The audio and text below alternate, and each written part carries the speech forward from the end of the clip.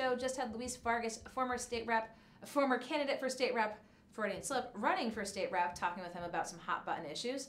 We'll have some hot button issues to talk about with Bob Whitcomb, GoLocal columnist. Appreciate your taking the time to come in to the studio getting here. Ready for Easter weekend. Do you have the eggs all hidden? Yeah, absolutely. The Fabergé eggs are very I'm coming to your house. Right. A Fabergé egg or two.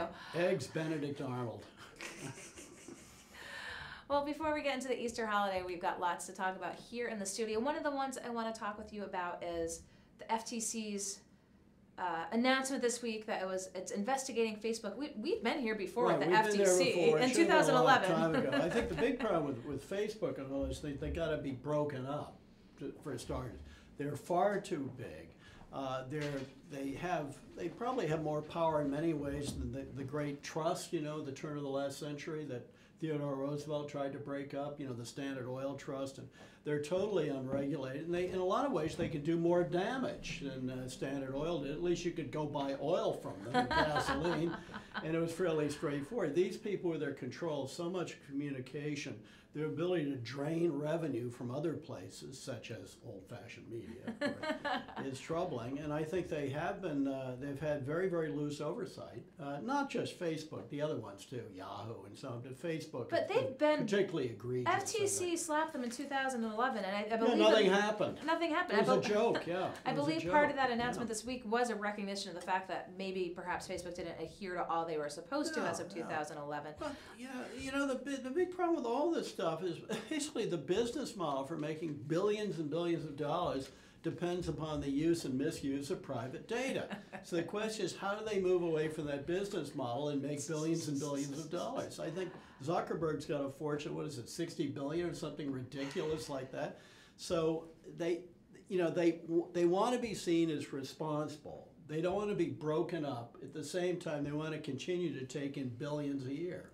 So how does this, I don't know if you can square this circle. Have you seen folks on Facebook saying, that's it, I'm getting off? I've seen a few, but most people are going to stick with it until they themselves get sort of raped on Facebook because it's so easy. Because when they came up with this format, it was brilliant in its ease of use, its ability to quickly put links in, its use as a communications media, the messenger, the Facebook Messenger thing, very important. The picture quality is pretty good, not great, but pretty good. It is so easy that in my experience, Americans especially will take convenience about just about everything, whether it's fast food or Facebook. Convenience trumps all. And I know the Russians have been manipulating it and all that, but I don't think that's really sunk into most Americans yet. They knew something is wrong, but still they're in there putting pictures of their pet, flamingos. Pet flamingos. They're duck-billed platypuses and so on. Okay. Pink Flamingos, John Waters. Yeah, that's right. One of the great movies of all time. A few scenes in there, truly too. Disgusting. Speaking of Trump, let's talk a little bit about the Trump administration's proposal to have a citizenship question on the 2020 census. Yeah, I'm a little torn about that because it seems like a perfectly good question to ask, and they used to ask it even though it has not been, it wasn't on the census in 2010. Before then, for a long time, it was a voluntary question. But it's been on there before. It's been there before. I'm now kind of leaning against asking that question because I think it'll dangerously reduce the amount of data, population data we need, demographic stuff. That's clearly the fear here in Rhode Island. I think that's the fear here in Rhode Island. Certainly California, they're terrified more than Rhode Island. But it'd be not only in Rhode Island, New England, Massachusetts, Connecticut, sort of urban states, a lot of Hispanics. Much less so in Vermont, New Hampshire, and Maine. So I think that would be bad if we cut off, we discourage that data. We need as much information as we can about who's living in the United States, with or without a passport. So I'll tell you, it was interesting this week when the information that came out, Rhode Island said it was going to sue along with other states. California doing it, I think. Yes, about 12 states and Rhode Island's hopping in. I reached out to all of the gubernatorial candidates, especially from the Republican side, was curious as to what we were going to hear. They didn't want to hear that question. Patricia Morgan was gung-ho, said she was, all for it. Mayor Fung, crickets. Yeah. So you've got to wonder how, is that a big issue for the GOP primary? He himself, the son of immigrants. So, yeah. So, is it going to be? We'll see. Well, I mean, clearly, she's clearly hedging on going right. He might be that more he's moderate. on the right side, and Mayor Fung is sort of in the middle. He's basically a centrist by personality and belief. I think, again, the thing, it's not an ideological thing to me. It's a practical thing. We need as much information as we can about who's living here, in my view. We need it for distribution of federal funds. We need it for business needs it, because business, of course, uses U.S. Census data. I mean, that's a huge source. And if we have a gigantic undercount, say 1 million people in California too terrified to fill out a census form at all, that would not be good. It would be, I suppose, it'd be good for the National Republican Party, because maybe then California would lose a legislative seat. Speaking of congressional seat. Filling out forms, I know you saw on GoLocal this week with the Ethics Commission. Yeah, right. I couldn't understand why there's such pushback against the simple idea of putting that stuff online. I think it would cost maybe a few $1,000, I don't know, $2,000 max to put online, instead of having to come downtown to this town, this burg, and get paper, which could be the afternoon, the way traffic and everything is. Well, they do I don't understand why this is so difficult to do. It is done via email, but one of the things that GoLocal had uncovered was, when we were looking for the Coventry town manager's file, the fact they couldn't find it, had no... Yeah. You can go online, get Board of Elections, get campaign finance reports all the time. I mean, there's plenty of things that are digitized online, and you saw that the PDF, usually in a PDF form. The speaker is going to push for legislation next week to make sure that this is I think probably GoLocal lit a fuse on that one. Might have. In fact, I just don't understand why it wasn't done a long time ago. It can't be cost, because that's insignificant. Well, hopefully we'll see what happens moving forward, but again, as you say, lighting the fuse. So I've got, what's in your cheat sheet? Well, let me see. Well, I talk about Facebook and all that stuff. I talk about one thing that caught my eye. There's a guy, it was Vincent Bono. He wants to start a passenger rail service in certain parts of northern Massachusetts going up to New Hampshire, which gave me the perennial reminder, we really do need a train that goes from Providence to Newport. Newport is such a draw. People could come to Providence and take the train, a pretty route down probably East Bay, and go to Newport. It would just be fabulous. I thought of this because I ran into, everything's connected. It's all one big story.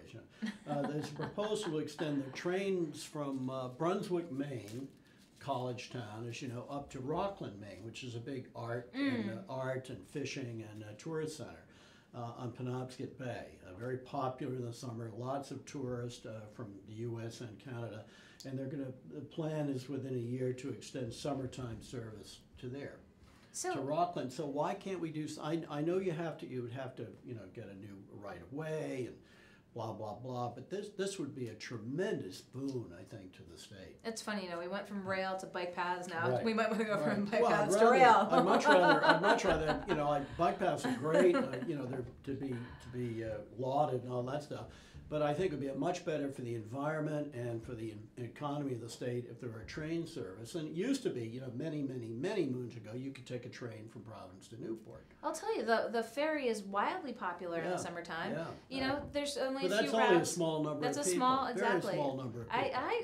I think that might be your campaign platform. Yeah, I think so, trains. But it just makes so much sense, because Newport is internationally known, so you get a lot of tourists, go to the airport here, go up to Providence, may take the train to Providence, then go down. I realize we're talking about, I'll be dead when it's finished. That's something that could take 8 to 10 years, but this would be such an economic development boon. We have that cut straight down shot. on traffic, on the bridges.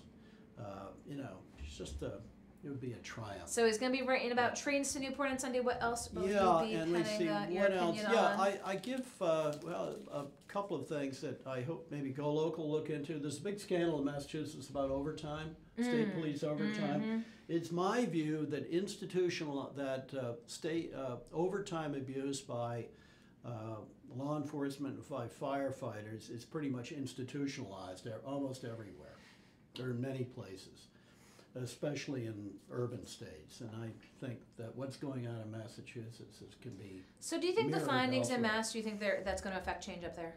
Yeah, I Yeah. think it will. Yeah, if you believe Charlie Baker, and he could be fairly quietly fierce. So, yeah. He is what, the most popular governor in. Yeah, here you go. Right, most popular Republican in one of the 2 or 3 most Democratic states. But he's brilliant at getting along with the legislature controlled by the other party, and he doesn't get mad. Yeah, doesn't get mad. Very smart guy. But I think this ought to be. We should read what's happening in Massachusetts and apply to what's going on in Rhode Island, Connecticut, and so on. Because my experience, I remember years ago we used to hear about this when I worked in Boston, and around here over time. It's sort of in the same. It's a first cousin of people retiring at the age of 38. It happens. With a full pension. It happens. Well, we'll look forward to reading that this weekend. Okay. Any big Easter plans? Yeah, we're going to go to Newport, of all things. Unfortunately, not by train. I think I'll hitch, maybe, then maybe meet new people. The plan is to go to Newport, and there's a kind of resort place there called the Ocean Cliff House. So I think we're going to go there.